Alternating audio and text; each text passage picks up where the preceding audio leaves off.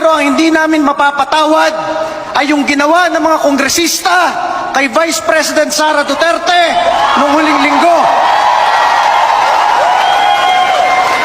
Kaya ang aming panawagan mula sa Duterte Youth Party List, tandaan ninyo yung pagmumukha ng 240 na kongresista na nag-impeach kay Vice President Sara Duterte. Kung ano yung ginagawa sa Davao del Sur, sinisira ang letrato ng congressman nila sa sobrang galit ng mga taga Davao del Sur. Sana tayong 32 million na lampas ng mga Pilipino ay manindigan ngayong eleksyon na ito. Huwag niyo iboto! Huwag niyo iboto lahat ng nagtraidor na kongresista sa mga Duterte.